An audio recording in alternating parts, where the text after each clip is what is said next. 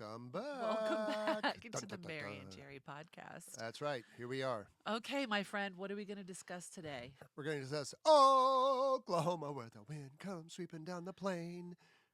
Yeah, My favorite A wind came topic. sweeping down the plain when you first visited Oklahoma in Okay, so 1987. let's talk about, Yes.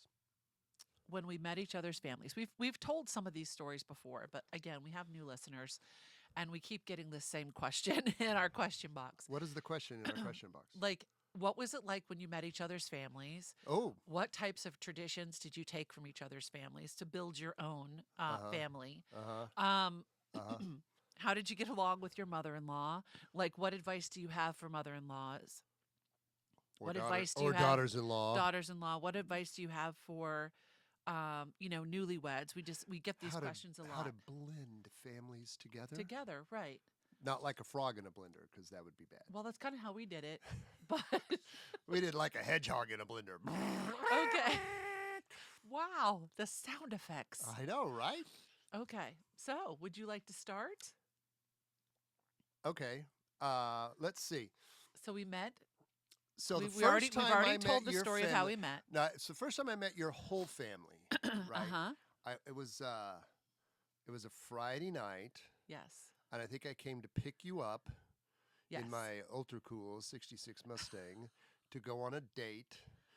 And as I recall, your brothers, whoever was home, because some of your brothers were at work or whatever, whoever was home was sitting on that old beat-up couch in your living room Hey, go easy on the brown plaid couch. with the plywood and 2x4. Underneath the cushions? Yeah. Because we had spent a lot of time And jumping your off the brothers were couches? not dainty people. No, none of us are. And they were watching, sports of some sort. Yes, probably hockey. And they just gave me the glare. Yeah, nobody talked to you. I know. For the first 6 months that we dated, no one talked to you except for my father. And your mother. My mother, yes. But like Your my mother brothers loved would me. she still loves you. I know. Your mother loved me. Your father was suspicious but accepting because I was a Navy man.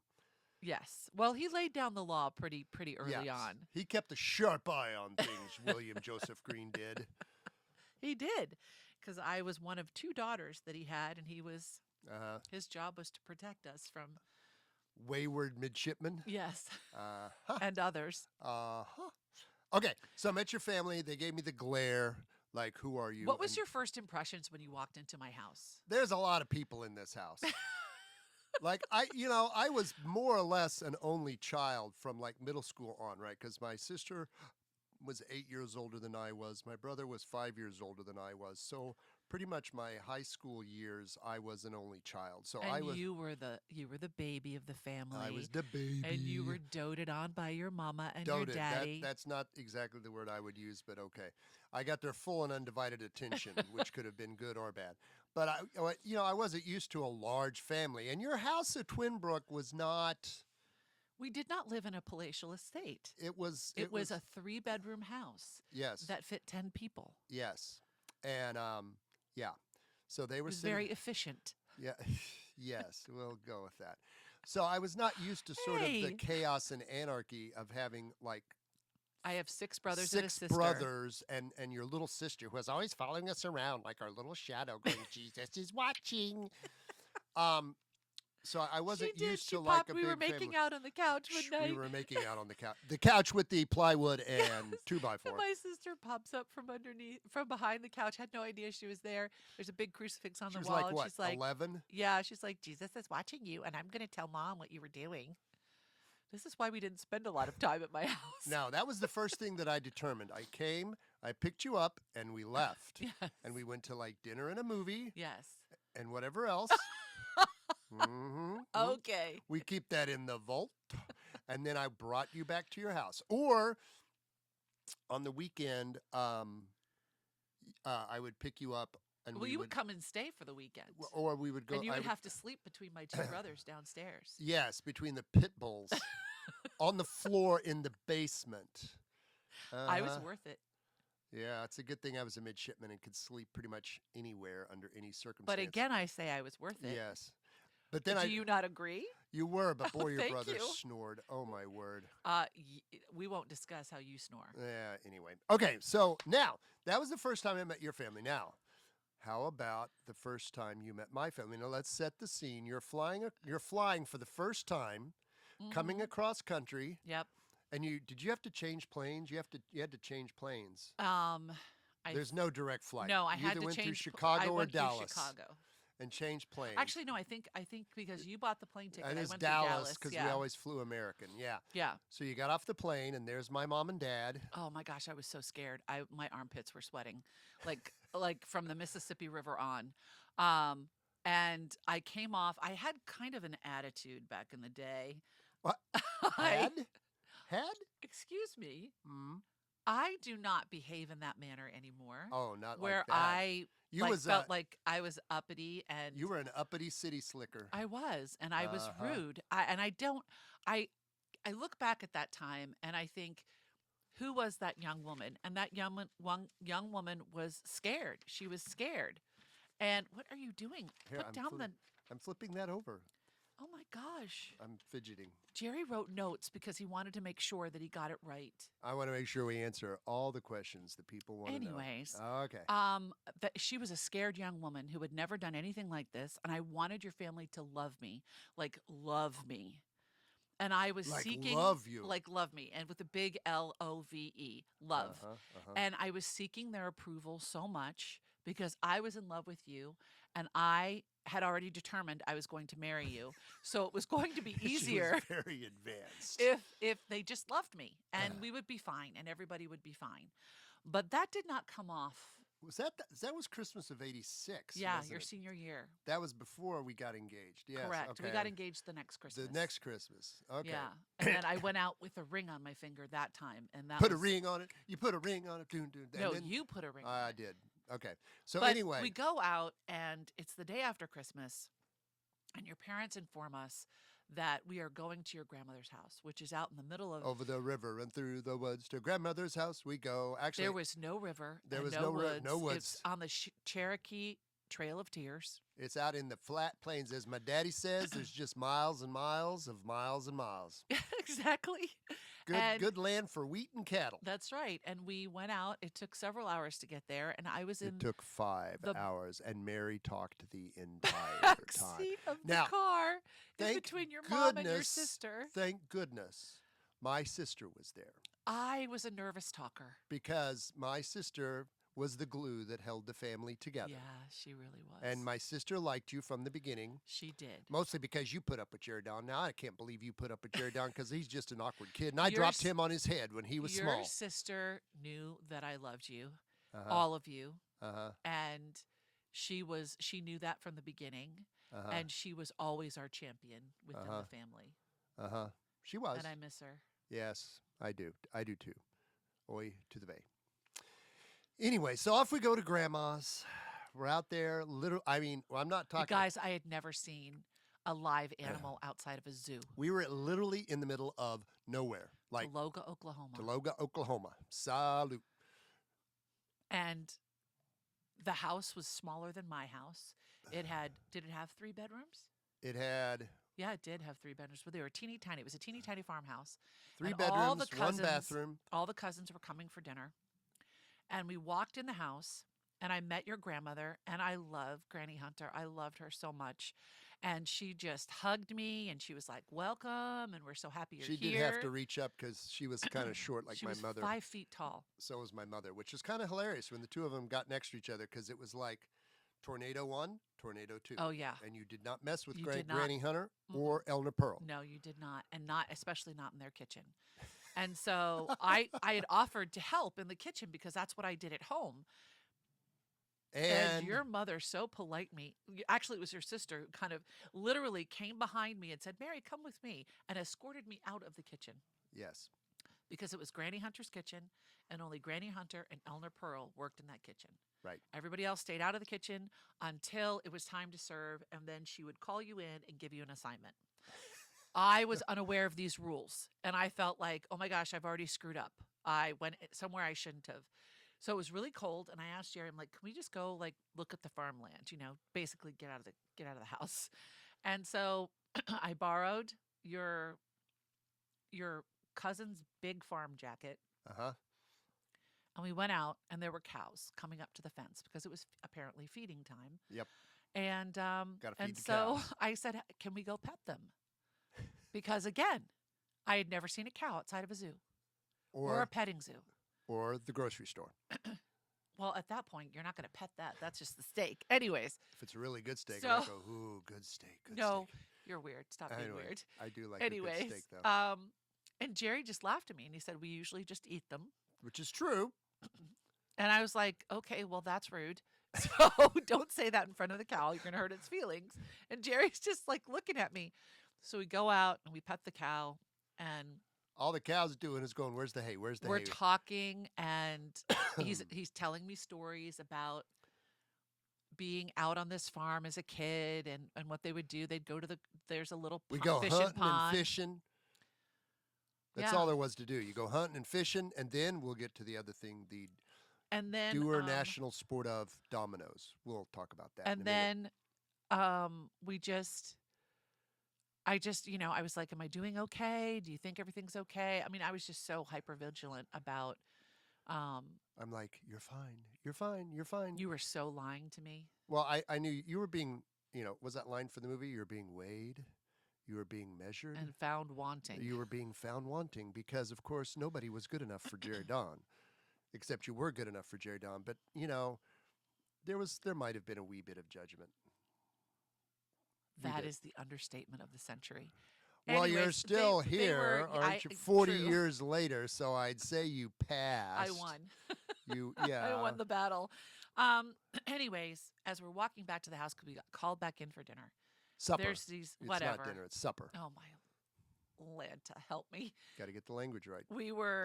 There was these patties, like They're on the called cow ground. pies. And they were cylindrical. They look like a little cinnamon roll. Yeah. And I was like, "Gosh, how do the cows?" I was like, "What is that?" Jerry's like, "This cow pie." That's cow pie. I'm like, "So what is that?" He's like, "It's cow poop." I'm like, "Oh, okay. Well, so how do they get it in a circle? Do they walk in a circle and poop?" I thought that was really A valid question. valid question. And I, of Jerry course, doubled over laughing. died laughing, and he's like, "Mary, just watch the cow over there in the north field." And I looked over, and no, they don't walk in a circle. FYI, they just have this very large pile, and when it lands on the ground, it creates these waves. Gravity Which is why. does its thing. Yeah. So I looked at him and I said, "Don't you dare say." He goes, "Oh my gosh, I can't wait to tell my dad what you thought about the Oh, cow yes. pie." And I said, "Don't you dare. Too I'm late. already on thin ice here. You can't. Like, don't Oh, do no. that to You me." have to have some humor for the city slicker.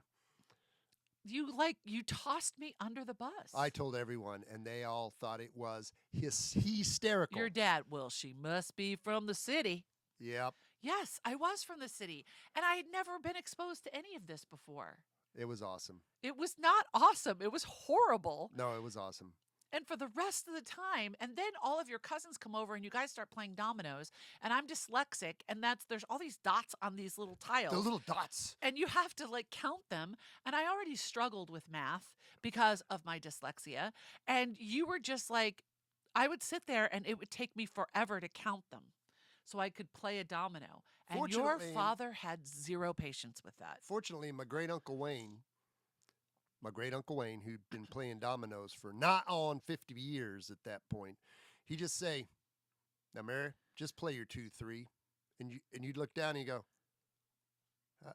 How did you know that? How'd you know that? And I later told her, I said, "Well, now, great Uncle Wayne has been playing dominoes for like 50 years, and then before him, my great granddaddy has been playing dominoes for 50 years. So basically, by the time you play your first round of dominoes, He knew what everybody had, which used to drive my brother crazy because my brother is super hyper competitive.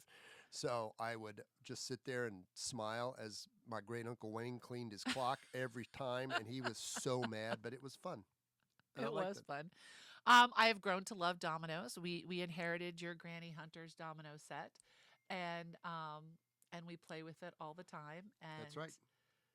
I love it. And now it's our family game. So okay, so a couple of questions for you. Like, Okay. what traditions did we take from my family and from your family to create our family?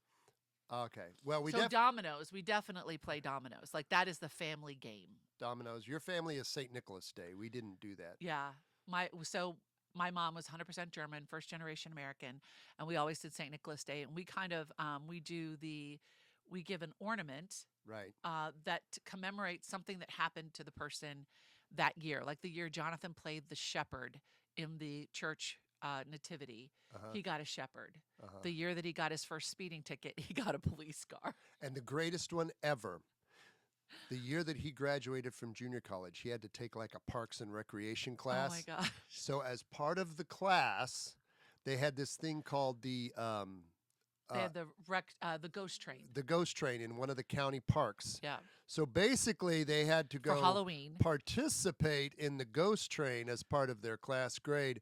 So there's my son, all 6'3" of him, in a penguin costume, Doing Michael Jackson's dancing Thriller. to the Thriller.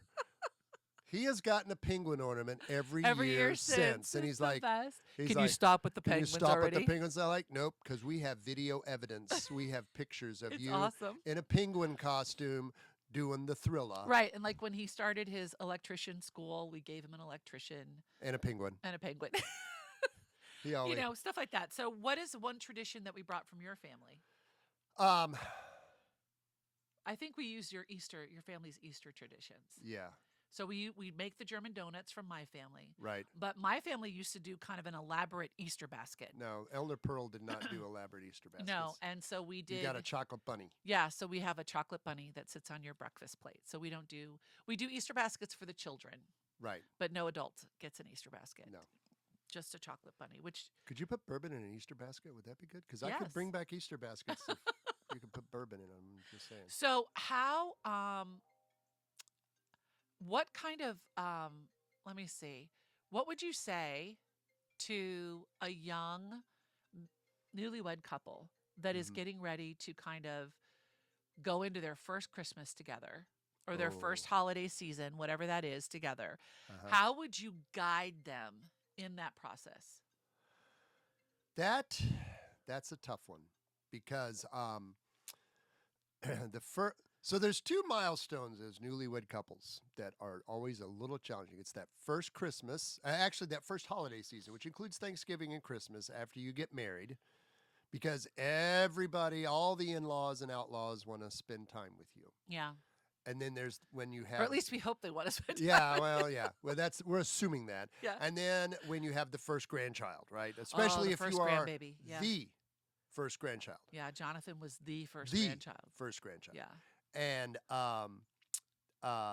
so you have to, and then it's really complicated if like one set of parents is divorced, right? Right. Because then you have like An added layer. an added layer of calendar coordination. So what we have told people is, look, you're a couple, right? This is your holiday time. If you want to just spend time at home with the two of you, great.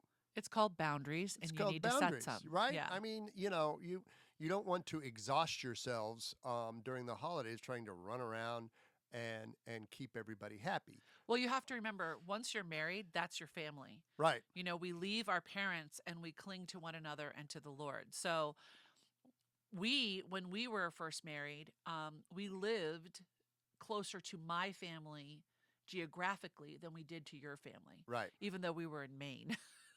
It was a 10-hour drive, 12-hour drive Yeah.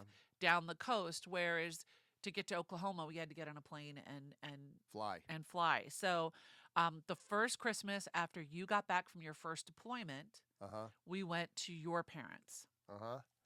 And Jonathan was a year old, and that was a fun visit because it was all about Jonathan. You know, I mean, he was the first grandchild. Yeah, we He were was just the learning. accessories. Yeah, he was just learning how to walk, and you know, it was great fun. And then we always did, and we did that like we flew out on Christmas Day, I think, that year. Yep. Because we spent Christmas Eve with my family. That's right. And we flew out from DC. Right. So I didn't know the airlines actually flew on Christmas, but apparently they did. do, yeah. So that was fun. But you know, they always because your parents were further away than mine. Right. They would send a check for the holidays, Right. and I would call your mom because she wanted it to be used for practical purposes. So like clothing or, something that was practical for the family. And so I would call her and say, okay, I'm thinking of doing this or this. Which one would you prefer me to do? And in the beginning, she had opinions. But then after about like 10 or 12 years, she was like, you just decide what's best, you know? Mm-hmm. And then she would, send, once Jonathan was a teenager, she would send it directly to him and she would send me the one for Courtney to do whatever we needed to do with. So Uh-huh. that's kind of how we handled that. But Yeah. my family, we kind of gather once a year, usually in the summer. Yeah. Because we're all within, except for one brother that's now in California, we're all within 5 hours of each other. Right. And we live very independently. Like, I don't see them all the time. I don't text them all the time. I don't, but we gather, we always did St. Nicholas Day. We would Uh-huh. come together the closest Saturday to St. Nicholas Day, and we would have a big to do. And then sometime in the summer, we would have like a barbecue at somebody's house or whatever, and whoever can make it can make it. Um, but yeah, no, so where, when did you feel like you were home with my family? Did you ever feel at home with my family? Well, there's two moments. There's the first moment when I finally stopped taking guff from your brothers, and Another hockey game. another Friday night, a hockey game, and I was actually there because you're like, you need to spend more time with my family. And I'm like, but your mother, The only way to spend time with me was to spend time with the family. your mother used to order Little Caesars pizza. Now, Yes, for any of you that on remember Friday. Little Caesars pizza, back in the day, you would get two pizzas for like $9. $9. Yeah. Now we're talking ketchup on cardboard here, right? We're not talking like We're not talking like bougie pizza. bougie pizza. But her mom would get 5 of these. Yeah. 10 pizzas. Yeah, because my brothers would eat a half a So- pizza each. The pizzas arrive. Now, mind you, her brothers, when the pizzas arrive, are doing this. They're tracking this thing like a frickin' vulture. Now, her mother, of course, takes the pizzas into the kitchen. The brothers are kept out in the living room until her mother gets paper plates and divvies everything up so that everybody gets pizza, right? And then she calls. She's like, okay, pizza's ready. And my brothers come like a Herd of elephants. herd of elephants. And Jerry had just had enough. And so he basically body Because checked I a was, couple of them because on they the way were to trying pizza. to run over me, and I'd had enough. So I'm like, bag off, dudes. Because I was going to go get a plate for Mary and I, because I, Yes. of course, was a perfect gentleman. Of course. And your brother's like, well, it's about time, dude. Didn't think you'd 'Cause he stand up for body checked him. yourself. Now, I almost use a few choice sailor language words. Oh, you did use them. You didn't almost. You did. You Okay. dropped. Maybe a few. And my brothers laughed hysterically, and they were like, well, welcome to the family. Yes, your mother gave me a small look of disapproval, but I could tell there was a smile there. And your father just grinned. Your father thought that was hilarious. And then we sat down and ate our pizza and watched your father Because I was the first one coach in the my hockey game. Yes, I was the first one in my family to get married. And it was 5 more years before one of my brothers got married. So That's we right. were like the oddity for a while.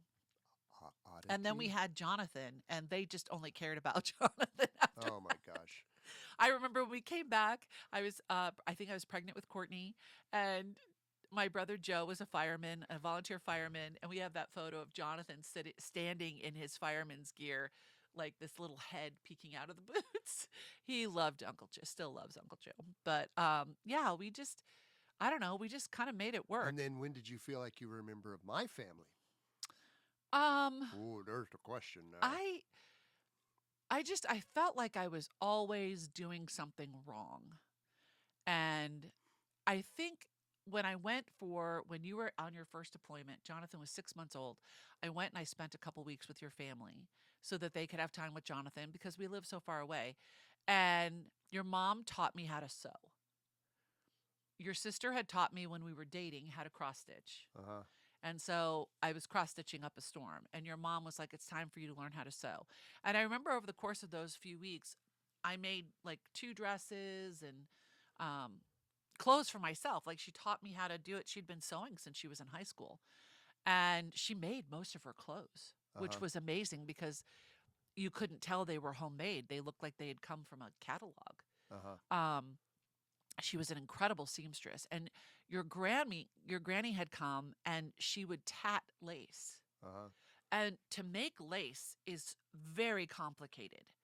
There's multiple spools, and there's twisting, and there's turning, and I really struggled to learn that. So I didn't learn that. And then your mom would crochet lace. Uh-huh. And so I was trying to learn that. Wait, no, that's No, she knitting. crocheted. Your Mom never knitted. That was No. weird. That was the only thing she didn't do. But she crocheted like everything. a machine. Yeah. And I wanted to learn that from her because I felt like if I could have something in common with her, Uh-huh. that it would make it easier. Uh-huh. And the thing is, what I found over time is they loved us. They loved us deeply. They loved our children deeply. There was just a lot of big personalities in that room, namely Eleanor Pearl and Mary Elizabeth. Oh, and yeah.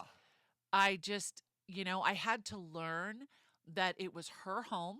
And when I entered her home, I Was not in charge. not in charge, and I was playing by her rules. Uh-huh. And so that basically meant be quiet, ask what you can do to help, and just get through it, and try and control the raging 2-year-old or 4-year-old or 6-year-old or whatever was happening at the time. Now, my sister came by and was a peacemaker a lot. Yeah, though. your sister was always I feel bad that she was always in that position. Well, not because your always, parents- but she like- was like, Once Courtney came into our life and once the seizure Uh-huh. started, yeah. that began to change the dynamic Uh-huh. because your parents had very specific feelings about how to handle They didn't agree with any. Let's just don't sugarcoat it. special needs They child. didn't agree with anything we did with Courtney. No, because they were of a generation where you put a Kids child like- like Courtney into a nursing home and go visit them Sunday after church. Right. They And- didn't understand. I mean, they came to understand after a Yes. while. After years. But initially, I mean, that just wasn't done in their generation. A kid like Courtney just took too much care to do at home. Yeah. Now, my sister was all in, of course, Because she was a because special she ed was a teacher, special ed teacher. And she knew the population. So she really would well. always ask about Courtney. I think she was the one who instructed you on She the gave me my first IEP. IEP and individual education plan lesson. Thank God for her. And she taught me how to be an advocate for Courtney Yeah. because she was like, no, it's federal law this, it's state law this, and she would look up the laws in Virginia so that I would know. So She really, really was such a boost to us. But okay, so here we are. We've been married now. This summer will be 38 years. dun, dun, dun, dun. So what did you bring in? Excuse me. What is still present in our marriage from your childhood? Like what kind of quirks, sayings? Quirks? Are you saying I have quirks? We all have quirks, sweetheart. Oh. What of your parents? I like to still say fixin' exist? to a lot. Yeah, I'm fixing to start dinner, so let's get going. and I reckon so. I reckon so. All y'all. This side of the dirt. That's right. That's people ask me how I'm doing in the morning. I say, well, I'm on the right side of the Right dirt, side of the dirt. as my daddy used to say. What else do you say that still is them? Every time I hear it, it's them. Pretty much, I reckon. I is- reckon. I reckon. So for me, suck it up, Buttercup, classic. William J. J. Green. Green. Yes. Get your ass moving. Don't quit. Don't quit. Don't we quit. we are not quitters. We do not quit in Greens this do house. not quit in Greens this do house. not quit. Nope. And if you have hope, you have everything. Yeah. So don't lose your hope. You can't quit. It's That's gonna one get thing hard, that we did. but Our parents' generation. Our parents were very hard workers. yes. My parents. So here's the deal. Funny. Okay. So When they would come to visit, see if any of y'all relate to this. When my parents came to visit us, and they visited us probably 8 or 9 times. 8 or 9 times in this house. like visited us. Yeah, would come for like a week.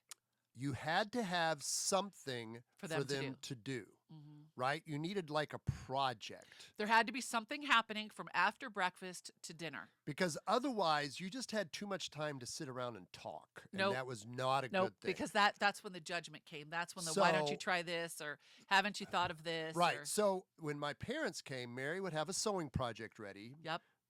Always. to help, have Something for Courtney or something whatever. for Courtney to keep mom busy. And then dad, there was always something around this house that He's the one that needed taught to- you how to change out the electrical. Right. We What are those things called? the outlets, yeah. right? So we had to have something painted, we for them to planted. do, right? Yeah. Or go somewhere, right? Like we'd go downtown to the Smithsonian or something. Well, with the they had kids. done that a lot with you growing up. So Yes, we but would they were usually with have one Jonathan. day, where they would take you and your dad and your mom would take Jonathan, Right. and Give Courtney you and I some peace. would stay home, and I would make fresh bread or dinner so that when your dad came home, Right. there was something. There was victuals ready. There's Woman, good this meal. man's hungry. What you gonna feed Oh me? my gosh, yes. That's- This man's hungry. What you gonna feed me? I remember the first time that you said that, and we were with our friends Christine and and Mark stopped and he said, "That's the most brilliant thing I've ever heard." I know, right? And he said, "Oh, these dogs is tired. My dogs is barking. My dogs is When barking." my dad was outside working all day, he'd say he'd come in and he'd his sit feet. down. It's like my dogs is barking. His feet were sore, But, and his he'd soak his feet. They were my parents Children were of the Depression. children of the Depression. Yeah, same with my parents. So they were very frugal. Very It- frugal. Here's the thing. My dad retired at 55. He got the last good deal early retirement from IBM in the mid 80s, and they were very frugal, paid off their mortgage early, all the Yeah. things that children of the Depression do. They did everything right and financially. they were busier after they were retired because now they volunteered at the church and the county fire board But see, and the that's- Meals on Wheels. That's who your parents But that's were. what they did, and I'm like, Your parents loved through service. yeah. They and I'm- built 3 different Lutheran churches. Yeah, I'm like, Your what? dad at the VFW. I'm like, aren't you guys retired? Like, that sounds exhausting. But that's what they did. And But isn't that what we do? We're not retired yet. I'm exhausted. I'm not retired. But at like 55. we serve. We go Well, and we serve. we got that from our parents. Yeah. And that's your number one love language is service. I bring you coffee every morning. That's right. What is my number one love language? Gifts, Actually, mostly that you get. gifts. Gift giving. Gift But giving. actually my number one is words of encouragement. That's right. Followed closely by receiving gifts. Correct. Just Or saying. giving them. But Yeah. Service. Yours are service and words of encouragement. Yes, and touch. Physical touch. Yes. Okay. Just saying. So, what is the greatest lesson your parents taught you? Oh. Let me see if I can. If you want something, you got to work for it. It ain't nothing easy. And if it's worth doing right the first time. Oh my gosh, I heard that from my father so much. Son, if you're going to do it right the first time. Yep. Mine is never give up, never quit, never lose your faith, because it's the one reason you walk this earth. God has given you today, so what are you going to do with it? Yeah. I heard that from my father. So many times. I should have it tattooed somewhere on my body. It's tattooed on my brain. Mm. My parents, I think our parents, this is something they shared, is church was everything. Yep. Their We faith- spent all our time at the church. But their personal faith was very Mhm. important to them. Uh-huh. Being in a church community was very important to them. Uh-huh. And giving their Did I ever children. tell you about the year that I got my Christmas presents in a trash bag? Go for it. Now this is classic. This my is parents. classic Elner Pearl. So at our church, the First Lutheran Church in Tulsa, Oklahoma, every year our church choir performed the Messiah. And of course they had their big performance on like the Saturday night or whatever before Christmas, and then they had a big dinner. So one year my mother was running the kitchen. And of course, Elder Pearl runs the kitchen like a Marine Sergeant Major. Correct. She's 5 foot tall, and you did what You Elder just Pearl didn't mess. told. Yeah, you did did not what mess Elder with them. Pearl I told you to learned do. that early. So that year, my mother's like, well, now I'm just too busy getting ready to run this kitchen. And, y'all are not little kids anymore. So we're just going to put all your Christmas presents in a trash bag. And they She did. didn't tell you that, did she? Or she just showed up on Christmas morning with that? No. Oh, no. She did. Gave you fair warning. Oh, yeah, she did. So she put all Christmas presents in those big, hefty bags, tied a big bow on it, put your name on it. Now, I thought this was very cool because you could go up and you're like, okay, let's see. What does this feel like? This feels like a box. I was traumatized by this story. And I'm like, okay, because great. For me, every individual, we only received gifts 3 times a year. Like you didn't go into the Barnes & Noble, which didn't exist then. What and Barnes & Noble? We went to the library to get your books, right? Like we got gifts at our birthday where they would put it over your head and they'd go hanging over your head. What are you going to do with it? And you could shake it. That's you could odd. do whatever. It's Christmas presents in a trash bag is odd. Wait, that's very logical. But anyways, and you would try to guess what it was, right? You got gifts on your birthday, you got gifts at Christmas, and you got an Easter basket. That was it. In September, you got a new church dress, new church shoes, new tennis shoes, and a new pair of jeans. Yes. Like that. I mean, it's not that we didn't have enough. We always had enough. We never went hungry. But it was very tight. And we knew that. I started working when I was 13 years old. So anyway, I thought that was very cool because Christmas morning, you just walk downstairs, pull the ribbon, boom, there's your gifts. You're good. Oh my gosh. See, I delighted in every single box I got to open. Well, now remember, when I was growing up, this is how frugal my parents were. Oh my gosh. You were not allowed to rip the wrapping paper. You would get your little Cub Scout knife. Yep. And you would very carefully slit open the paper, unwrap the gift, and then you would put the paper in a little pile. And his mother would iron it and use it again. And my mother would iron it, fold it up, put it in a box, and you would use it again the next year. Yep. Now, both of these facts, when I told these to our very good friend, Chrissy Lynn, Marks and Christine, our very good friends, when I told her about the trash bag Christmas, she came up and gave me a big hug and apologized. She's like, I'm so sorry. I'm like, what? Because her number one gift is like hospitality and gift giving, and she just heard trash bag and Christmas presents and was like, these two cannot compute. Oh, she had the same response that I did. Oh, she was all flummoxed, and I'm like, what? I'm like when I wrap a Christmas present. Oh my word. No present has the same paper. Oh, my word. Everything has a fancy bow. And I mean, because it's love to me. And then I sit there in great anticipation for you to open the present. Now, let us discuss the time that a certain grouchy historian found his Christmas and birthday present stash in my closet. And I had 2 piles of books, 3 books each, labeled Jerry's birthday, Jerry's Christmas. And I was trying to hide them from him. And he found them behind my shoes in the closet. Shocking. They were behind her shoes. Who'd have thunk? And he moved a book from one pile to the other. On the vice at council, I'm going to refuse to answer on the grounds of self-incrimination. Found that and I was like, who moved these? That's not the book. And then I realized that he had found them and that he had moved them because he wanted one book on Christmas and he didn't want to wait the week for his birthday. So he broke the Christmas rule. On the advice of counsel, I am going to invoke self-recrimination. So when I went to my best friend, the Christmas Queen, ratted me out.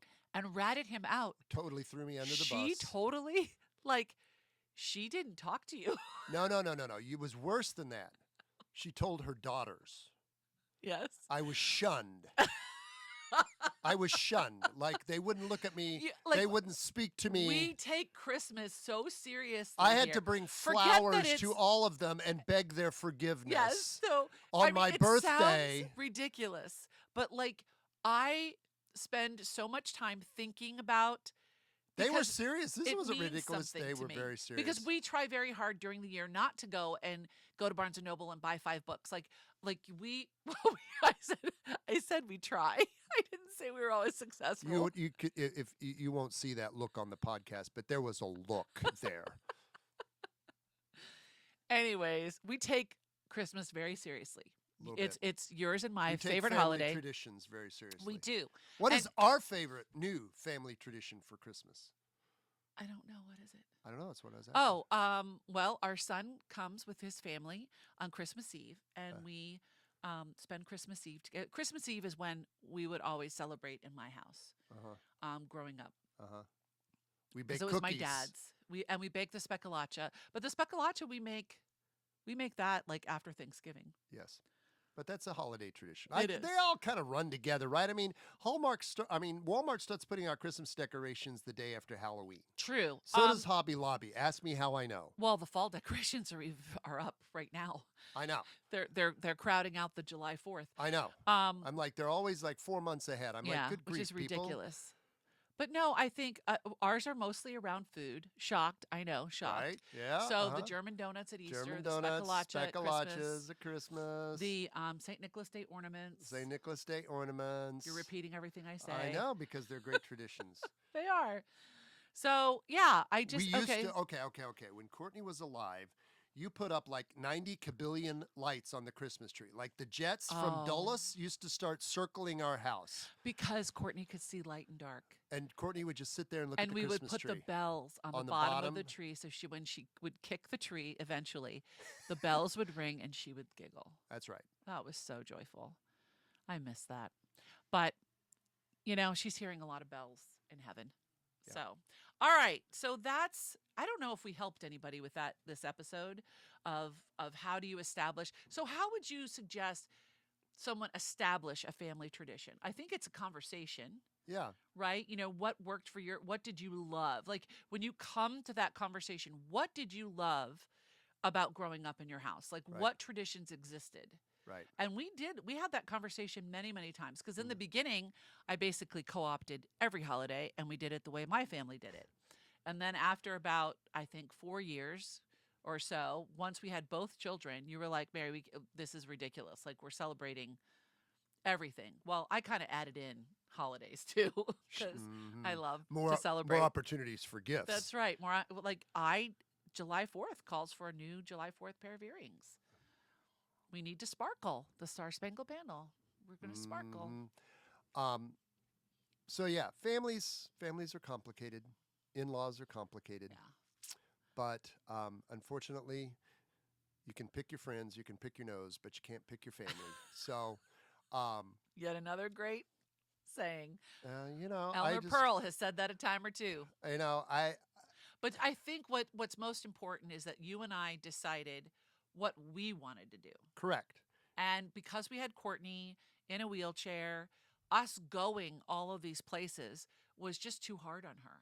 Yeah. And so basically people had to come to us. There was one time that we took her, like in 2000, we took her to Oklahoma. It was 2006. Yeah. That was the year we're like, picture this. We have planned this like Eisenhower invading D-Day. Because we had the big white van. Yep. We were going cross country with Courtney. We had this all planned out. It's My mom came with us. It's like 2 days before we leave, and we're like, I look down, and there's Roxy, our dog, and I'm like, oh, what are we gonna do about the dog? What do we do about the dog? And dog came with us. Dog came with us. I'm like, okay, we drove, yeah. This is going to be awkward. Now, of course, we found a hotel that was okay with dogs, and Roxy by this time was Courtney's companion. So as long as Courtney was in the room, Roxy was fine. Now, of course, when we got to Oklahoma, Roxy thought she died and gone to heaven because she had 2.5 acres to run around on. Yeah. But that was like probably the big trip with Courtney was Christmas of 2006 because we planned that for like 4 months. And your parents' septic system backed up. Oh yeah, we'll tell that story later. But yeah, it's challenging, particularly if your families are very different. Well, if they're different, or if like they're used to doing everything their way. Well, there is that. So here's another word of advice, mothers-in-law out there. May I preach to you for a moment? Number one, when your child gets married, son or daughter, they leave you and they go with their spouse. It is no longer about you or your traditions. It's about them and the traditions that they desire to start with their family. That is the biggest piece of advice I can give you. Go along for the ride. they will tell you what they want to do, and you need to be amenable to that. Now, it's not that there's not a conversation that goes into that. We sat down with our son and daughter-in-law a couple of times as they were preparing for marriage, right after they got married, and once children came. You know, the whole point is for us to be together. It's not supposed to be a fight. So if I let go of a lot, which was fine. I'm not bitter about it or anything. Like, seriously, I'm not. My whole point was, like, if Thanksgiving Day doesn't work for us to be together as a family, then is there a day that weekend that we can have a small Thanksgiving dinner together as a family? Because Thanksgiving leftovers are the best. And that's what we do. Like, Jerry and I are with friends for Thanksgiving Day, and then we gather with our kids that weekend, and we make the spekulatius, and we have a lovely meal. For Christmas, Christmas Eve has always been my family. That was the one thing when they were getting married. I was like, I will give up everything else. Like, I won't ask about any other holiday, but would you please consider coming on Christmas Eve? And so they have so graciously done that. Now, as their family expands and life goes on, will that continue? I don't know, but it's been lovely so far. And then Easter, we just gather like that weekend, sometime that weekend. And like this year, we were at the park with the kids the day before, and it was great. So it just, you have to be flexible because it's not about you. It's about them. Now, if there's some big event, like in 2 years, we'll celebrate our 40th wedding anniversary. Okay, well, we're going to have a conversation because Jerry and I would like to renew our vows and we would like them present. So that's 2 years from now. We'll have the conversation when it's time. But things like that, you know, it's just all communication. Uh-huh. And it's us respecting what works for them and their family. Right. And can it be hard? Yeah, it can be emotional sometimes. But that's life. You have to shuck and jive with the best of them. Yeah, you got to move and groove, baby. You got to go. All right. How about we go to the not so newlywed game? Yes. Here we go, my friend. First question. Between us, who is more type A? That's so not even a question. That would be you. That would be me. Uh-huh. I am a recovering perfectionist. How am I doing on my recovery? Eh. What is that? 70-30, 50-50? 50-50. Oh, that's generous. Thank you. All right, next question is yours. Live without music or without movies? Why? Ooh, that's a tough one. I could live without movies. Music would be really hard for me. Ooh, that's a tough one. I think we're getting all kinds of dinging today. I could go the other way. I could live without music, but I have to have movies just so I can watch Sergeant Major Plumley. That's true. Huh, interesting. Okay. Lose all the money you've earned this year or lose all the memories you've gained this year. Why? Oh, that's every year for us anyway. So, you know. That we lose all the memories because we're getting older? No, we lose all the money, but we keep our memories because most of our memories of losing our money. Like, where did that money go? Didn't we have money there? Yeah. I mean, we're losing our memory too, so that's kind of a not an either or. That's a both and question, kind of, you know. All right, last one. Who was your first childhood friend, and do you still keep in touch?